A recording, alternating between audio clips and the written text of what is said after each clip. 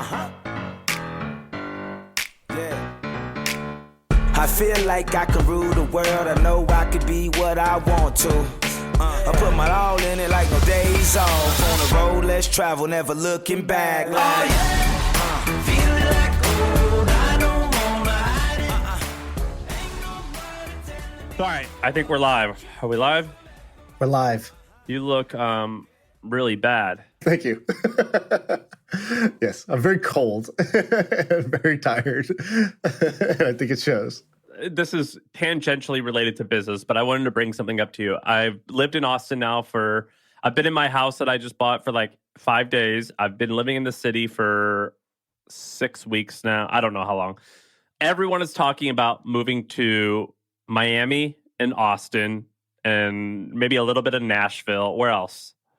I think those are great. I hear Austin and Miami the most. I hear Austin and Miami the most, and I hear Austin the most.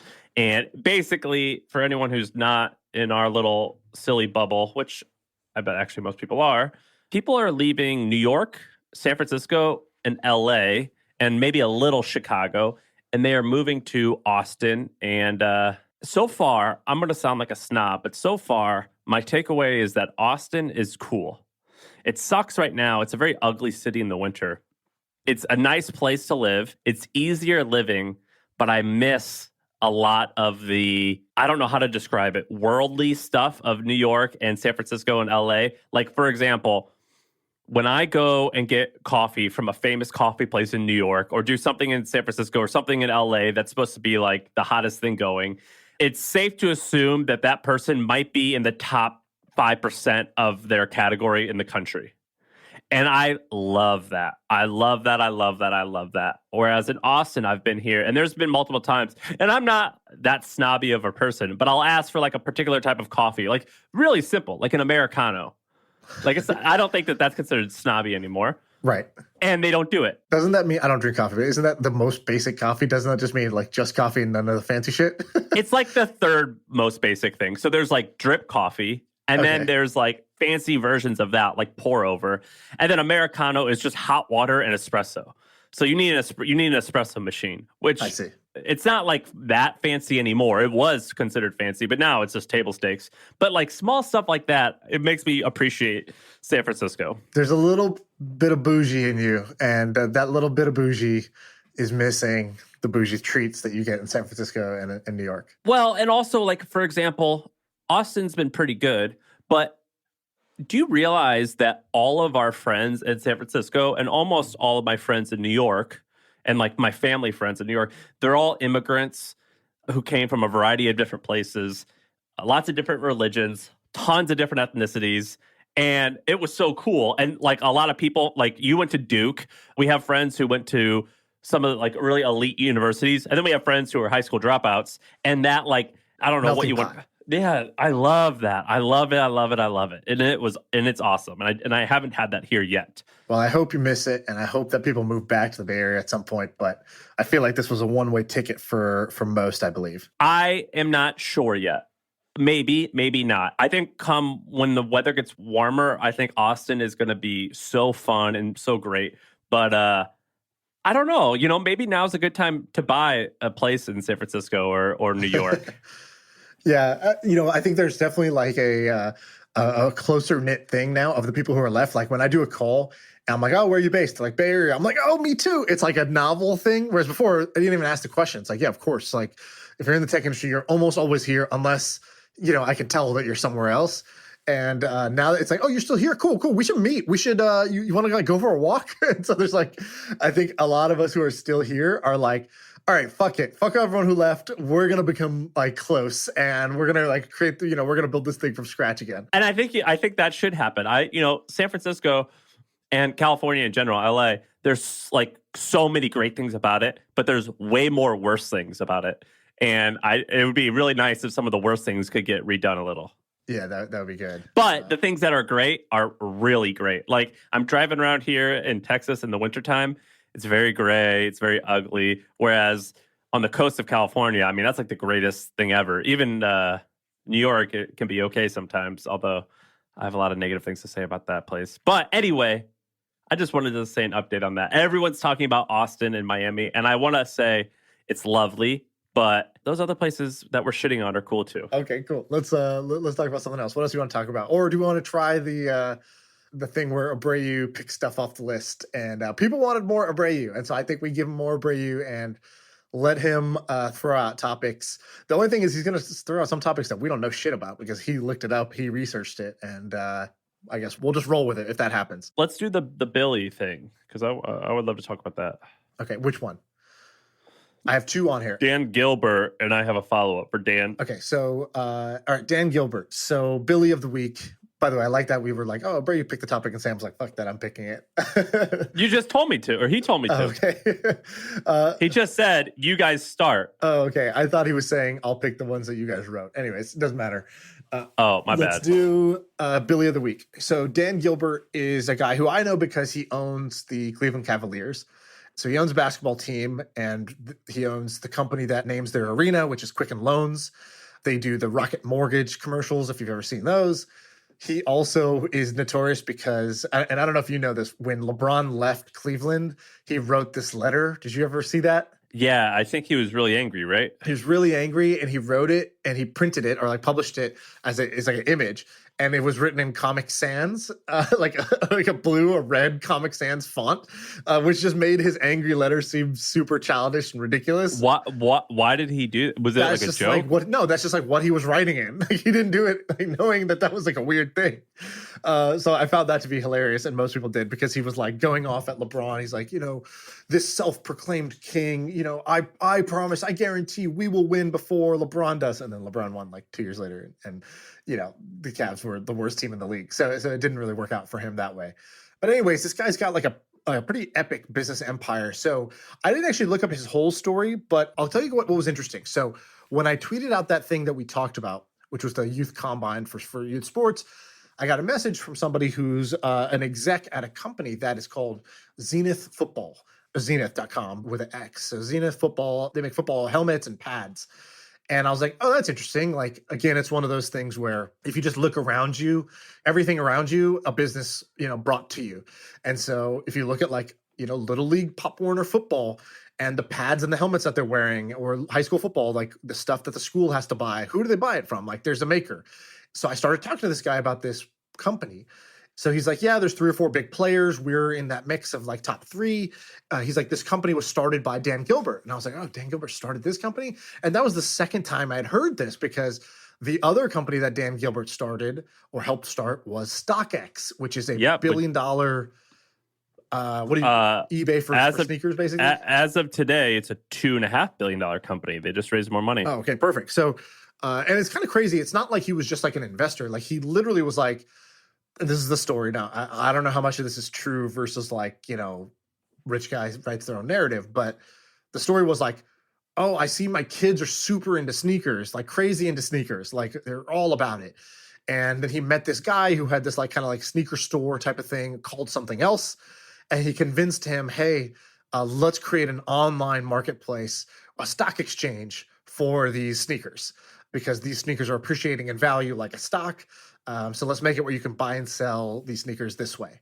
And they renamed that guy's company, or he brought that guy in to like kind of do the operations, brought in another guy to do the tech, and they co-founded. He's considered a co-founder of StockX because he kind of like spurred the idea, which is kind of amazing. Anytime somebody has multiple $1 billion hits, it's like this person is they're the elite of the elite when it comes to business. And so what do you know about this guy that I don't? Well, let me just say, I'll tell you this real quick, and then we'll go to the beginning of his story, because I know a little bit about him.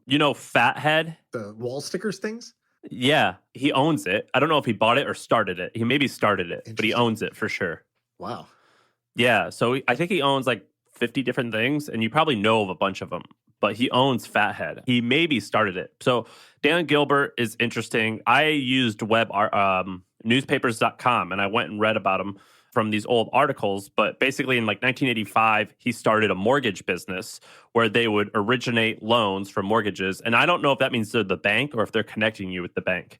It was called Rock Financial, and he grew it. And I think in the year 11, it went public with like 80 million in revenues, like a really good company. And that was in 1995. So let's multiply that by 2. And that's maybe like, current revenues or the equivalent.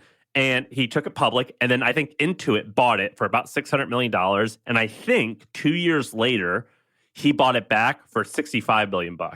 In doing that, he made it huge. And they recently went public again, and it knocked it out the park.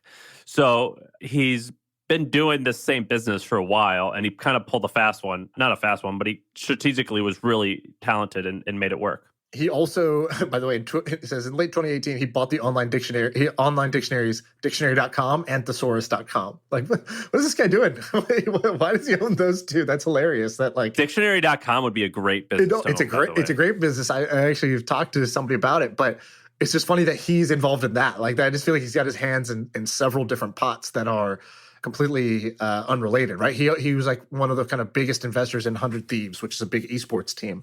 So he's very interesting as a business person. I think he's lame as fuck due to that letter. Like, that showed me everything I need to know about the guy. But like, I think his business stuff is pretty epic. And well, why do you think he's lame? I mean, that was just like a 55-year-old baby. No, he's just like 50. Like, I don't know. Also, what's this? Is it Detroit, Cleveland? That's a city. I mean, I think he owns. So he actually is from Detroit. He just owns the Cavs, the Cleveland Cavaliers. So is it Detroit that he owns? He's a big Detroit guy and owns a bunch of real estate in Detroit and stuff like that. But he owns the Cleveland Cavaliers because he couldn't own the Pistons. So he bought in where he could buy in. He seems okay enough. I've actually seen interviews with him.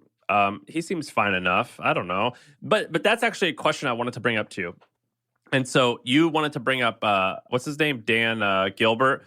Another, I think his name is also Dan. That reminds me of him. And I don't know anything about football. So I think that people hate this guy. Dan Snyder, the owner of the Redskins. Yes, he's hated, yes. Like, what is he, a cheapskate or something? Yeah. Or he just makes bad decisions? He's like a cheapskate who makes bad decisions. Yeah, that's like, okay. Why people hate these owners is when they do that. I don't know anything about that. I'm not like a man's man. I don't really pay attention to that. But he's kind of like Dan Gilbert in that at the age of like 21, he started a non-sexy business. This business, what they did was at first they would go to doctors' offices and buy buy the wall or something. Like he would like purchase the wall or purchase the space, and he would get pharmaceutical companies to advertise at the doctor's office, and they would take a cut.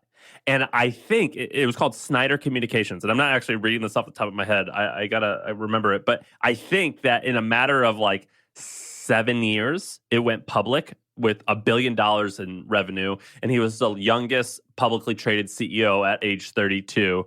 And then eventually sold the company for $2 or $3 billion to a large advertising company, very similar as Dan Gilbert. And my question to you is, people like at my age, let alone 22, 23, 25, I don't like these guys, like a lot of times they grew through like really sophisticated financial prowess. Like Dan Snyder like acquired like 18 companies, roll them together. Like my brain doesn't work in such a way that I can like, I understand like some of the financial arbitrage. What do you think is in these types of people? And that's what Dan Gilbert did. That's a financial company. How do you think they do this and understand how this all works? I mean, it's like really fascinating. Yeah, I think it's a question for them. Like, obviously, I don't know what in their background led them to start, a mortgage origination company. That's not what the average, 25-year-old thinks about doing or even has any knowledge about. And so I don't know what it is, but I do know that like it's the thing we were talking about last week or last episode where I said once you see a 12, it's hard to unsee. And I meant it in terms of like when you see somebody who's truly great at something, you now know what it means to be truly great at that thing. Like before you thought the bar was here, and actually they've raised what the bar can be. I think it's kind of the same thing. Once you see somebody make money in a certain way or make a certain amount of money, if you're sufficiently motivated and smart, you can learn really quickly how to go down that path. So for example, I remember when I first heard what people were doing with buying secondary stock through SPVs, when I heard Chris Sacca has basically accumulated so much Twitter stock by the time it went public that he was the largest or second largest shareholder of Twitter, even though he was not a co-founder of the company. And it was because this guy who didn't have that much money used this vehicle called an SPV and found capital and like was super aggressive. And so that to me was like, wow, I'm nowhere near that aggressive, or I'm not even pouncing on opportunities like that. I didn't even know that there's a mechanism called an SPV to do it, but now I do. And so then I started looking at how can I do that? What I found was like, usually it's not the same exact game that you can play. Like for example, people right now doing SPACs, They're getting fabulously rich off SPACs. And 3 years ago, it was ICOs. People were getting fabulously rich off ICOs. And these windows close, and like kind of the opportunity to be kind of a first mover in them, slows down. It becomes less easy to win. When you see the SPV thing, then you know that when the SPAC thing starts, you're like, oh, I see the pattern. This is kind of like that. Or when you see the ICO thing, you're like, oh, this is kind of like that. If you decide to jump in aggressively, you can rise to be like the top 1% early on. It's just like kind of like how Jack was talking about new platforms. Like, okay, I saw that when the Facebook platform launched, there were all these winners. When the App Store opened up, there were all these winners.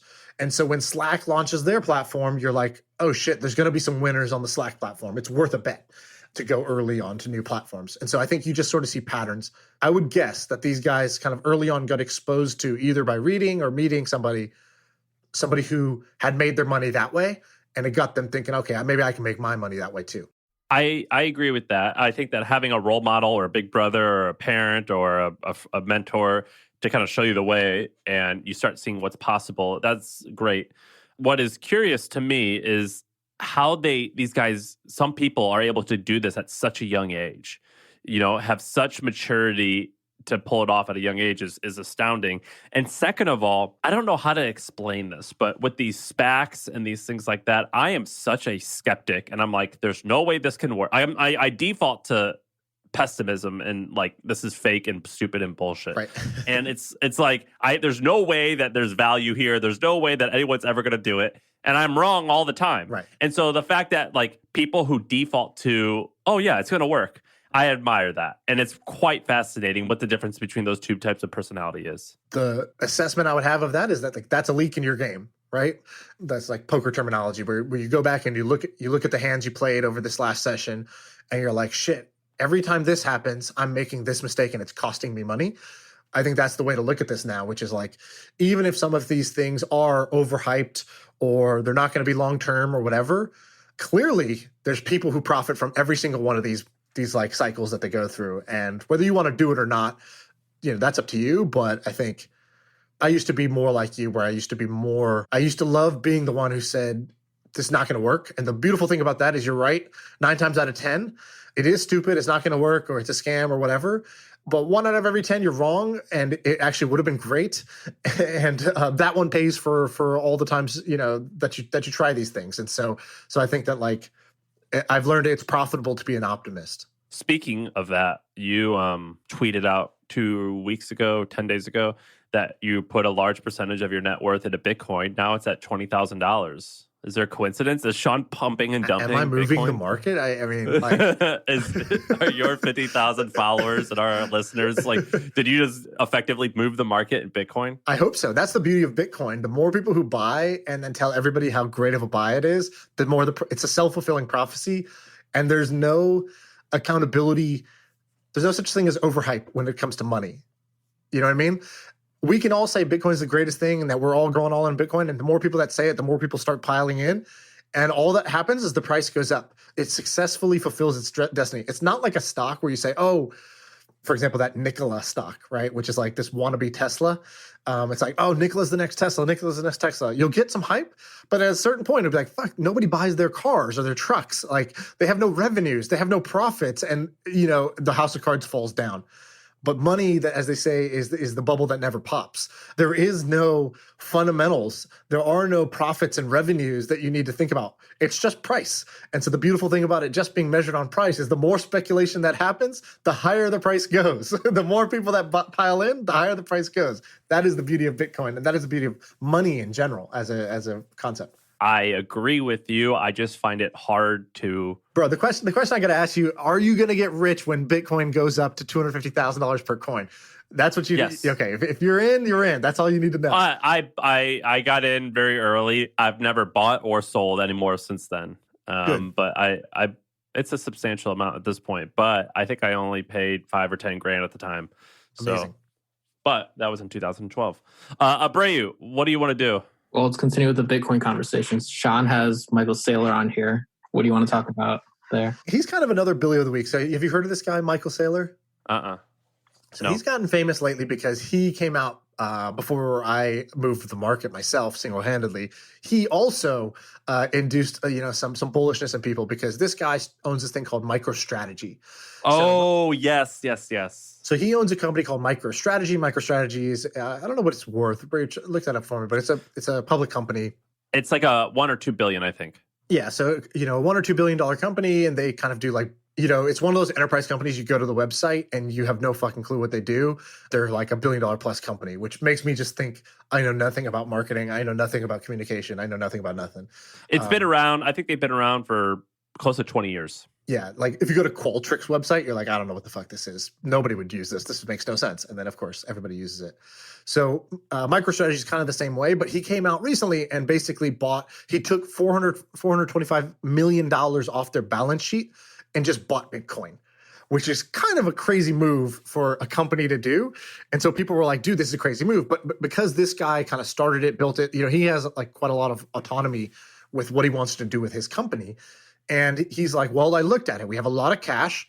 And the government just printed like, I don't know, $13 trillion or something crazy, like $7 trillion, like some absurd amount. Basically, like they inflated, like, they printed the equivalent of like 25 to 30% of the monetary supply. So he's like, okay, holding cash is no good. I'm getting, my cash is becoming worth less. Bonds, well, yields are zero. Interest rates are zero, maybe going negative. I looked at gold. Gold's an option. I could buy gold with this, but he basically wanted to put his money in a way that would be protected. And he's like, the further I went down the Bitcoin rabbit hole, the further I got convinced that this is the best way to protect the money we have as a treasury asset for our company. And the second thing is, I think this might be like one of the best investments because I think there's a lot of other people who are going to do exactly what I'm doing, and that's going to cause the price to go up. So he first invested $425 million of their own money. Then he issued new shares just to borrow money to buy more Bitcoin. So he bought like $1 billion more of Bitcoin since. And he's already up probably, 20 or 11, 12%? Yeah, he's up probably 10% already, so he's up 40, $50 million bucks easily on his investment. I found him kind of interesting. So he's done a bunch of interesting things. So I went back and I was kind of like stalking him and trying to figure out like, who the fuck is this guy? And like, why have I never heard of Michael Saylor before today? So a couple things. First is go to hope.com. Okay. Just type it in and tell me what happens. Hope.com. It goes straight to MicroStrategy Bitcoin. Right. So he owns all these domains because early on, when the internet was early also, he was like, dude, I think this internet thing's going to be huge. And I don't get why nobody's paying attention to this. So I'm going to buy up all the domains I can. And so he bought hope.com, wisdom.com, alert.com, glory.com, all these names like William and Emma and like Usher and Arthur and like strategy.com, speaker.com, courage.com, michael.com. He owns all these domains. And he bought them all for like dirt cheap early on because he was convinced that the internet was going to be a big deal before everybody was convinced that the internet was going to be a big deal. So that was like one of his original big calls that he made. And then he since has had several of those companies.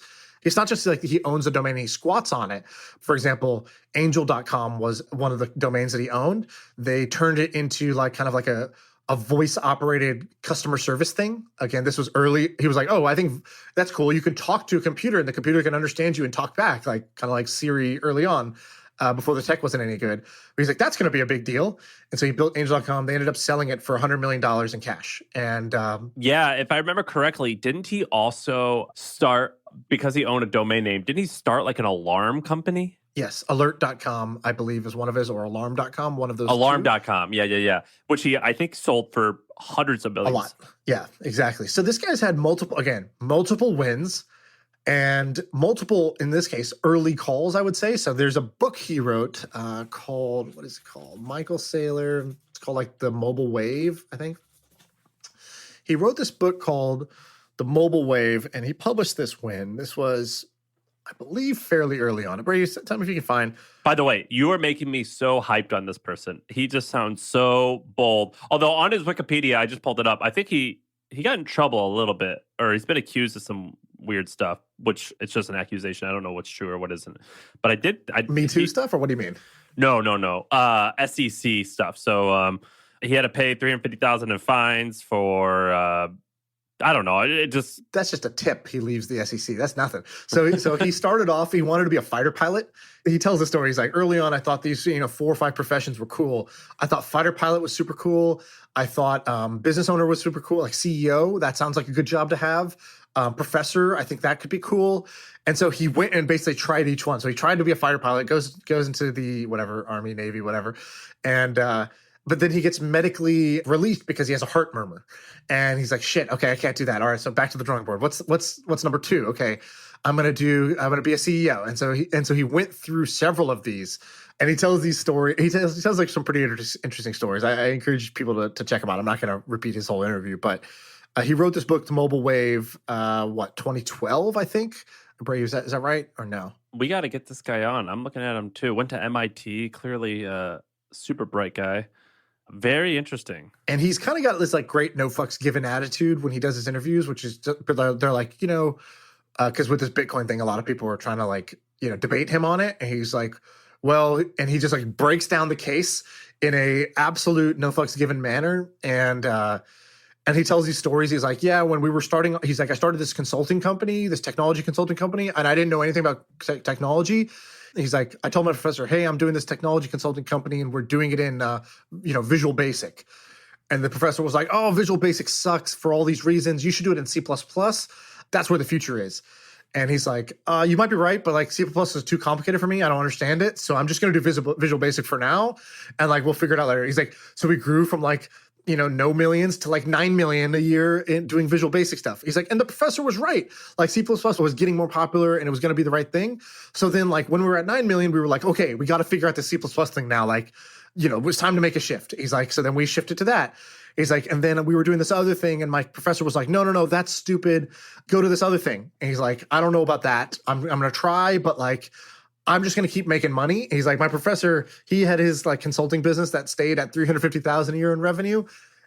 Every 5 years I would go back and he would tell me what the next wave is.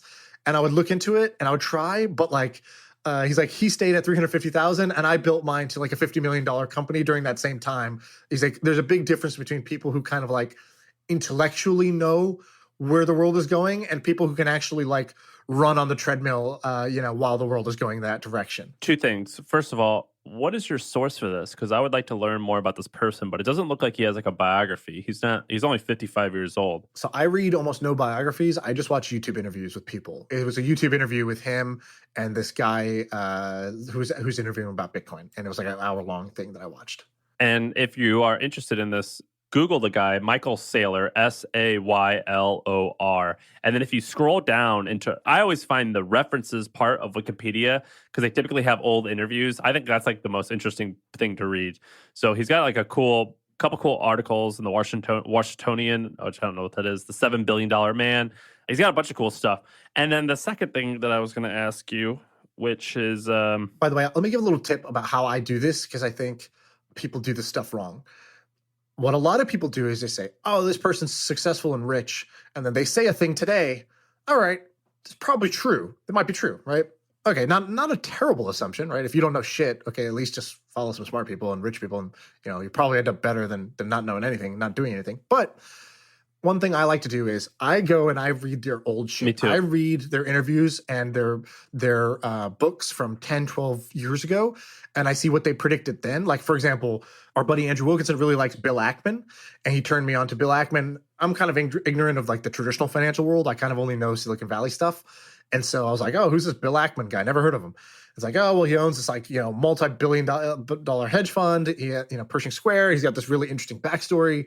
We'll do him 1 week for Billy of the Week. And he was like, and I was like, so Andrew, how do you like, this guy, he invested in Andrew's company. And I was like, what do you like Pershing Square? He's like, yeah, go to their net assets thing. And you could see like, they basically own several public companies. So you could see what those companies add up to, and you can compare that to the stock price. And if the stock price is lower than what the actual assets they hold are, there's clearly value to be had, right? So I went and I bought on that trade, but I said, let me go look into this guy a little bit more, right? I want to do my own independent thinking about this Bill Ackman guy. So I went back and I watched his talks from this thing called the Sohn Conference, which is like this conference once a year for like rich hedge fund guys. And then you go on stage and you just make a call. You're like, this stock is the stock. And so I went back and I watched his from like the last 10 years, and then I went and charted their performance. No way. Where did you do this at? In Google Sheets? Yeah, it's Google Sheets. And so I go back and I say, oh, he talks about Howard Hughes, and he like gives this talk at the Sohn conference. And I'm like, by minute 14, I'm like, I'm trying to buy Howard Hughes stock, like now, even though he gave this talk 8 years ago. And it's, because it's very convincing as he talks about, construction and why this company is well positioned, whatever. And I go back and I look at the stock and it's like flat for 8 years, right? He has these like really famous calls against Herbalife and whatever. And he lost his shirt. He lost. Yeah. And so it reminds you, like nobody knows everything. Rich, smart people are totally wrong on several things. So, you cannot just take everything at sort of their word. The second thing is there's a lot of like back testing you can do to like look at somebody's track record beyond their one or two successes that made them big. It doesn't mean that they're dumb, but it's just a really good counterbalance, because when you read all their successes, you're like, oh my God, I'm inferior. This person's got the Midas touch. Everything they do works. I should just kind of blindly follow. And what you really want to do is learn how they think, learn how they talk, and you want to like back test some of their predictions just so that you have a kind of a balanced view of them. So I think more people should do that. So what's your take on Bill Ackman? Do you like him or not? I mean, I think he's incredibly smart. I think he's very impressive what he's built. His track record, he's had so many down years.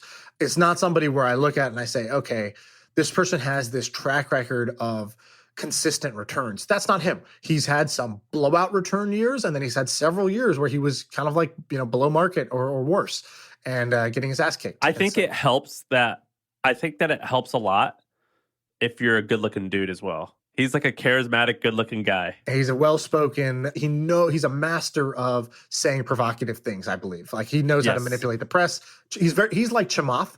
He is Chamath of the finance world, as far as I'm concerned. Now Chamath's trying to go into the finance world, but they're very similar. Chamath's not as good-looking, but he is also very charismatic, very well-spoken, very convincing. When you hear him say something, you're like, oh, shit. Yeah, well, when you see Bill Ackman, he just has that look. He looks like he is. Okay, we should talk about this, by the way. So a couple podcasts ago, we were joking about this. I have to apologize, basically. We were talking about somebody who I had met, talked about their company, kind of like a pitch meeting or whatever.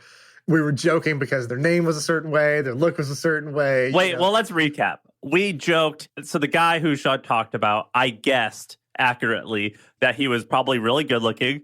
He was probably shredded. He was, and he probably had a name like Tucker Erickson, which I just made up. I don't know. Yeah. And so it was mostly compliments. Yeah, like they weren't like negative things, but I was saying it like, I was making fun of him, right? I was teasing him. And so he sent me a really angry DM afterwards. And I felt bad because I don't mind, like if I'm going to make fun of somebody, I'd rather make fun of myself than anybody else. And I'm not here to make people feel bad. So I do apologize to him. And in general, I think it was not a great moment. I was trying to just have some fun and joke around, but I can definitely see if you're on the other side of that sucks. And so it's a lot less funny to that person than it was to me in the moment, and probably to people who are listening who just kind of heard it and forgot about it. So I kind of fucked up on that one. That's okay. That's good. We were a little rude, but I don't even know who the guy is. So I think I'm in the clear. Yeah. Yeah. Well, he blocked me now. So I don't know if he's going to hear this. Oh, he's that angry? Yeah. He sent me like a really long rebuttal and then blocked me. And I was like, okay. Or like, I can't DM back to just be like, hey, sorry. Like, that's not how I meant it to be, but got carried away with the joke in the moment. Shouldn't have done it. All right, Abreu, what do you want to do? All right. So we talked about high tech. This doesn't seem high tech. Sammy, you have Sunday Lawn Care on here. What's that? Let me pull that up. I think I wrote that 2 weeks ago. But basically, this business interests me. So there's a company called Sunday Lawn Care. Abreu, what's the headline that I pulled up? That they had just raised another $15 million? Yeah, they've raised like $20 million from Sequoia, I think was their last round. They've raised $28 million in total. So Sunday Lawn Care, I'm not a customer of it, so I'm just basing this off their website. But basically, they sell lawn care supplies. So to have a healthy lawn, I don't know, I guess you spray different chemicals on it. But their whole shtick is that it's like chemicals that you shouldn't be nervous that your dog's running around while the chemicals are on the grass. And I think it's crazy fascinating. And I went and looked at some of the biggest folks in the space. The biggest one in the space is Orkin. Do you know Orkin? No. Oh, sorry, not Orkin, Roundup. Roundup. Roundup, You know yeah. Roundup? Yes. You know Roundup. So they actually got in trouble about 2 years ago because a janitor at a university got cancer. And I think it's owned by Monsanto. He sued them and he won a lot of money, yada, yada, yada. But they're famous because they're Roundup. But they make $5 billion in revenue off Roundup and $2 billion in profit. It's a crazy big business, Roundup is. And what Roundup is it's just like a pretty harsh chemical that's supposed to get rid of. It's like a weed killer, I think. Yeah. And another one is another interesting one. And let me pull this up. That's in a similar space is Orkin. Do you know what Orkin does? No. Orkin is pest control. And so it's been around since 1901. It's a huge business. It's now owned by this thing called Rollins, which is a family-owned business, one of the biggest family-owned businesses in America. I believe it's a franchise. And so whenever you have a raccoon or some dead animal in your attic, you call Orkin and they come and get rid of it. And it makes billions a year in revenue. So I saw this Sunday lawn care and I was very fascinated by lawn care supplies, particularly the niche of this no chemical thing. And there's a lot of really, really, really great examples of that. So for example, do you know a guy named Eric Ryan? Yes. I heard him at HustleCon. Yeah, that's how I know. Yeah. So this guy named Eric Ryan, he started Method Soap, which you see in Target. Maybe Target bought him actually, but you see them in Target all the time. And it's basically soap without chemicals. I buy it. I love it. Then he started Welly, and then he started Ollie. And I think Welly is like Band-Aids that look cute and also some type of chemical-free stuff. And then Ollie, which is kind of like bullshit-free vitamins for children. This whole thing of like going against chemicals, whatever, that's like pretty straightforward. But I thought it was really cool in the category of lawn care. I think it could be potentially really cool for pest control, particularly Raid. Do you know Raid? Yes. So I saw a pitch deck for a company that was like, we're the D2C, we're Method Soap in the category of, like bug spray. Was it called Aunt Fanny? No, I think it was called something else. They were early on. They were like just not too far in. Well, there's a company called Aunt Fanny, and they're trying to do that. It's pretty interesting. Have you ever seen a Raid can? Yes, I have Raid, yeah. It very clearly looks like something that if you inhale, it's going to kill you. Yeah, like we had to get rid of it because we're like, oh, we have a baby and a dog now, and like, let's not kill them. Like, let's avoid killing them. Yes, and I think it's interesting. I was at this Airbnb, and there was like ladybugs in the house, a lot of them, and they had to come and clean it out. And they're like, but you have to leave for like 45 minutes. And I was like, but if I have to leave for 45 minutes because this is dangerous to me, right? It's probably still going to be dangerous. Yeah. It's still going to be there in 6 hours. Like, that is kind of weird. What do you think about that? And so anyway, very interesting categories that I've been paying attention to. Should we let it slide that you had a ladybug issue and you had to call somebody? I don't know. Is that I think that's a thing in Texas. Like, that there's like literally there was like hundreds of ladybugs, and we just like called our Airbnb host, and we're like, oh, she's like, oh, that happens. Have you seen a Texas cockroach yet? No. Is that like what's a Texas cockroach? That sounds like you'll know because it looks like a fucking bird. They fly. I don't think the cockroaches in other places fly, but in Texas, cockroaches fly around, which is disgusting. No, I've not seen. And they're that, strong thankfully. as shit. Like you could step on one, and then you get off, and they push back. He's just like cracking his neck a little bit, like, oh, that's all you got, pussy. Like, you better come harder than that. Maybe I do need the Raid down here, but super interesting categories, particularly Orkin. I'm very fascinated by Orkin. Who would have thought that a pest control business would be that big? Yeah, I mean, anytime you take care of something people don't want to do themselves, you sort of have pricing power there. So I like Sunday. I think it's a good idea. Like, I think there's a D2C-ification of everything, right? What I think, is really happening with these D2C products, like the common themes. Obviously, they're basically saying, forget trying to get on the shelf in Target and Lowe's and Home Depot or whatever else. Like, let's just get on the shelf of Facebook. Okay, we can control that. We can push a button. We can put ourselves on the shelf. That's the first piece. The second piece is, hey, consumer tastes have changed, but these brands like Raid and whatever, they're stuck in the past. And so, hey, people now like think about this stuff. Like they think about like how toxic these chemicals might be. And if there's a clean alternative that's like good for the environment or it's good for me, there's a market of people who will pay more to have more. They're slicing up these big old brands like that neither sell online nor, take into account these different taste profiles that people have. Well, you want to go to another one, Abreu? Sure. This is one that I had put down. Have you guys heard of copy.ai? Yes. They've just sent me a free trial. They reached out. but I haven't had a chance to play with it. Yeah, I thought it was pretty interesting. We talked about GPT-3 a few months ago, and this person actually kind of did something about it. So we used them. We used them yesterday, actually. I said, oh, can we use like one of these GPT-3 products to generate a bunch of reviews, right? We had, let's say, 20 customer reviews of something. And I thought, oh, what if we just put those in and then can it generate like 200 more variations of those same reviews? Because that would be awesome. It's like the easiest way to like kind of like fake reviews, basically. Take real reviews and then just get more of them through this automated thing. Can I guess what happened? Yeah, It was okay, and there were some usable ones, but most of them weren't. exactly. And the reason it wasn't was because it's just like a stupid thing that tricked the computer. Like one of the words, one of the name of the brand, it thought meant like the literal meaning of that word. And so all the reviews were about like something else altogether because it just interpreted, it's like if you interpret, I don't know, like let's say it's called like cloud something and it's like a software for enterprise and it's about cloud software, but interprets cloud as like actual clouds in the sky. And it just wrote all the reviews about the sky instead of about cloud software. Do you know how I describe what's it called, GP3 or whatever that stuff GPT-3. is? So like in the 1940s when there was like German spies, they like could like do all this amazing stuff, like speak perfectly about, and have a very little accent. But then if you did like, you could do like two things. You could be like, hey, by the way, German spy guy, who's Mickey Mouse's wife? Right. And they're like, huh? Right. Mickey Mouse. What's Mickey Mouse's wife's name? Like you got some shit. Or like if you say like, to hold up the number of what comes after 1, and they go 2, instead of 2. You know what I mean? With their index, like these little German Nazi spy things. Yeah. That's the tells that GPT-3 still has. They don't know Mickey Mouse's wife. Right. Yeah, that's a great way of describing it. I have another topic that I want to get your opinion on. This is kind of like not a new idea, but every time I hear it, I'm like, that seems like a good idea. Why doesn't that really exist in a big way yet?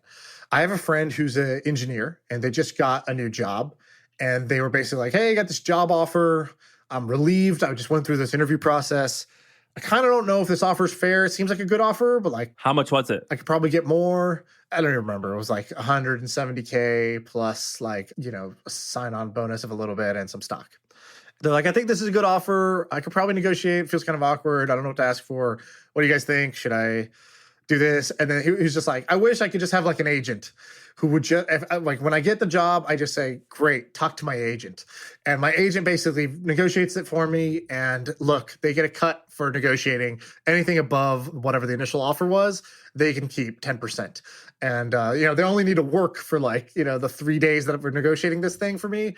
And, the more engineers that they work with, the more they know what they have more data points, right? Like in any negotiation, the side with more information, there's what they call information asymmetry, when one side knows more than the other. But an agent would help balance that, where the agent would also know, what a bunch of different candidates got paid, and they'll know what's fair and what's not. So what do you think of this idea? Well, let me ask you this question. How many people work at Twitch? 2,000? Yeah. Base pay only. How many of them do you think of the 2,000 people make over $500,000 a year in cash? Base pay only? And bonuses. Sorry, I meant cash, not stock. Very few. Amazon has a limit. You can only make $185,000 a year on your salary, and then you can get cash. But the majority of it is stock, Amazon stock. Okay, how many of the 2,000 make $500,000 a year in cash and stock? I would say of the 2,000, maybe 10%. A little more than that. I'd say like 15%. Yeah. So 15% would be 300 people. Sorry, that's way too high. Sorry. I would say I got my percentages wrong. So of the 2,000 people, I would say like maybe 25 to 30 people get that amount. So whatever that is, 2%, not 20%. So I think that this is an interesting idea, but I think it would only work for people who make like in the $300,000, $400,000, $500,000 range. And you could say, give me 8% of that. So, but let's say you're this person, right? You're going to make, let's say total comp is 200K in a year, which is a normal engineering, take home. So let's say 200K. And if I can get you an extra 20K per year, are you willing to give up 20% of that for the extra that I got you? So I can make $5,000 off this client working, for a grand total of 4 days. I don't think that's how it would work. I think you need more context to have. No, but you don't even need to know the person. You just need to attempt to negotiate. You say, this person got this many years of experience. They're being hired at this level. And by the way, they're moving. So No, I hear you. I just think that that's stupid. I think that the way it would work, my premise or the idea is that it would have to be more personality driven, sort of like an agent for a football player, where it's like, no, look, my guy, I've known him for years. Like, he comes from this type of family, and this just isn't going to work with him. You got to do something better. I don't think that's how football agents work either. I think I don't know. I'm referencing ballers, right. Like I said in the first segment, I don't know anything about sports. I think that these things are all really standard, and there's a range. Like literally, if I go into our HR portal today, right, because I hire people, I could say, hey, I'm hiring for this role. What's the band? The band means there's sort of a minimum and a maximum for that level that they're hiring at. We never offer the max of the band. We never, usually don't offer the minimum either. We offer somewhere in the middle, depending on kind of like where they're at. How do I find these bands? Give me the bands. And then we have some negotiating leverage, which is if we go to them and they say no, or they say, hey, I have another offer, then I can go back and I can go to the max of my band. And that's what I can make the offer at.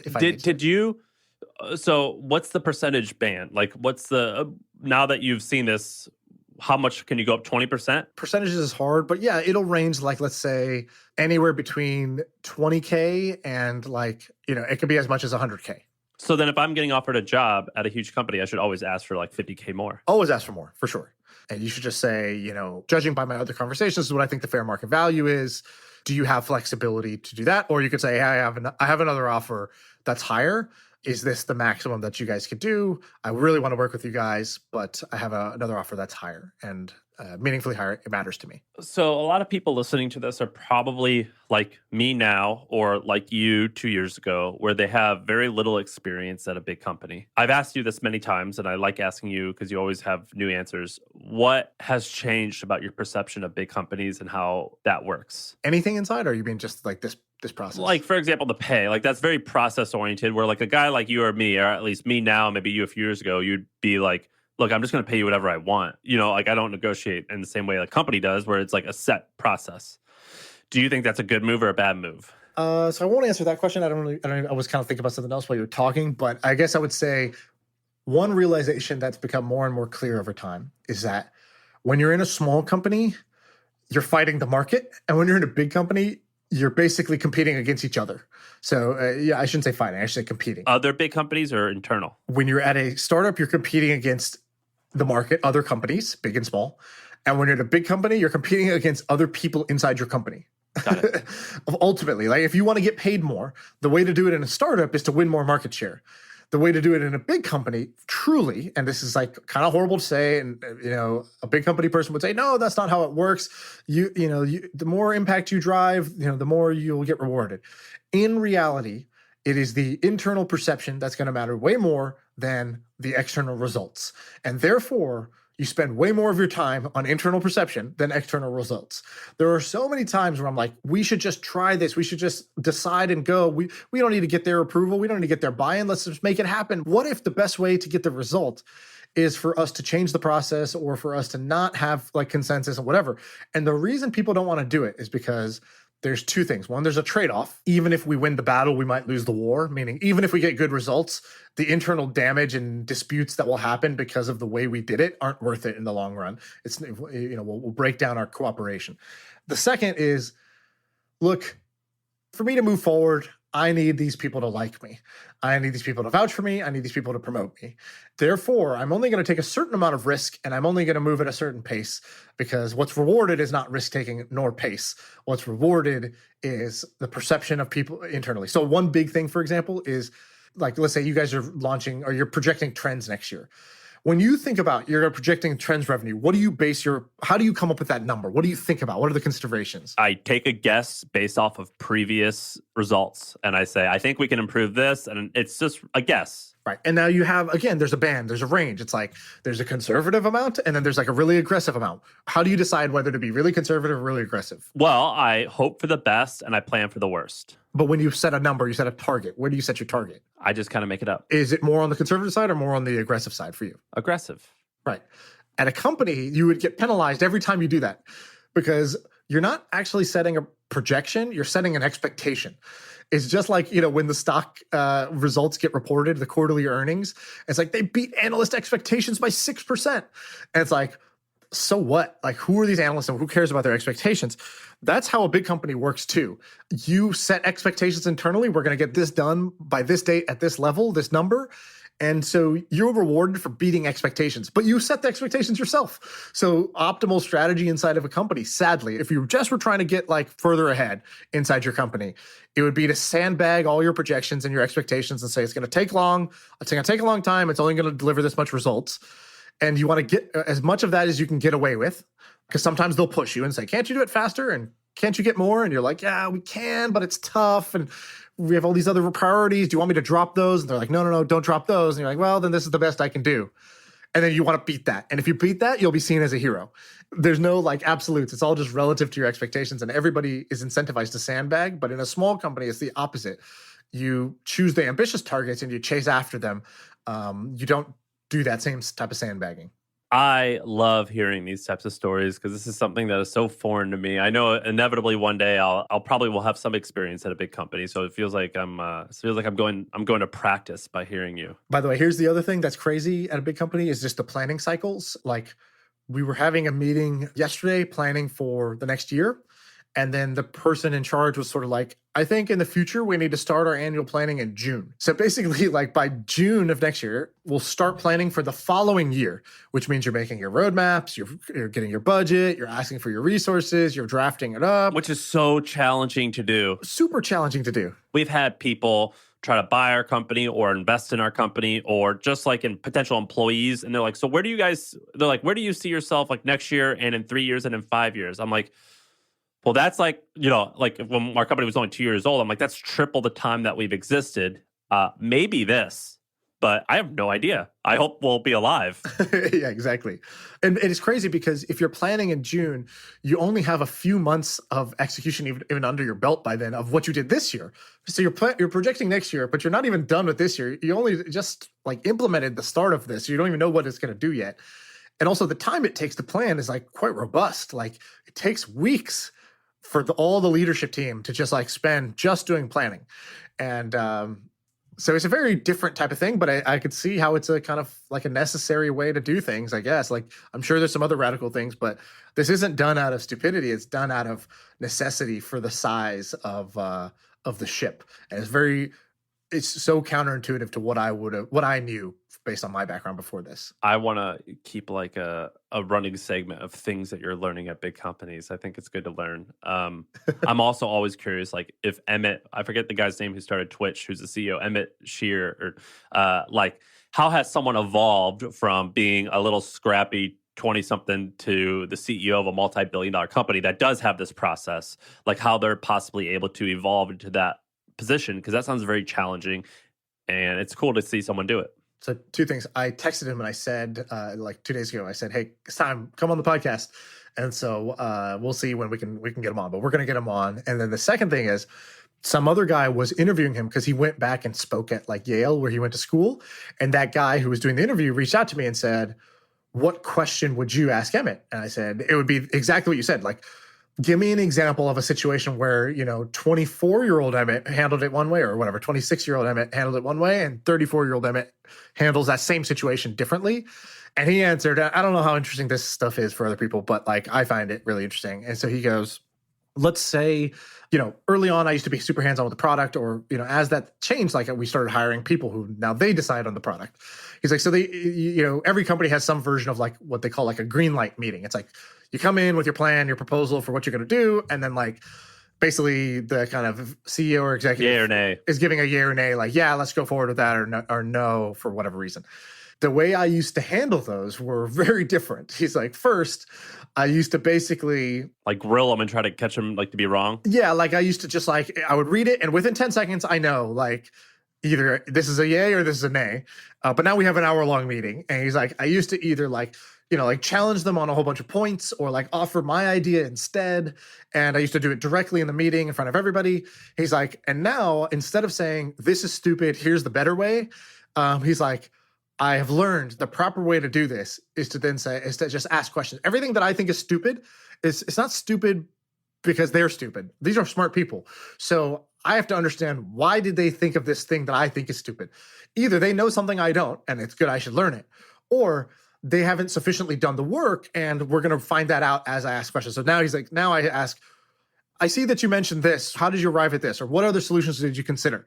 And he's like, that little switch of going from like, this is dumb, why don't we do it this way, to why did you come up with this idea, and walk me through your thinking, or what other things did you consider, and why did you settle on this?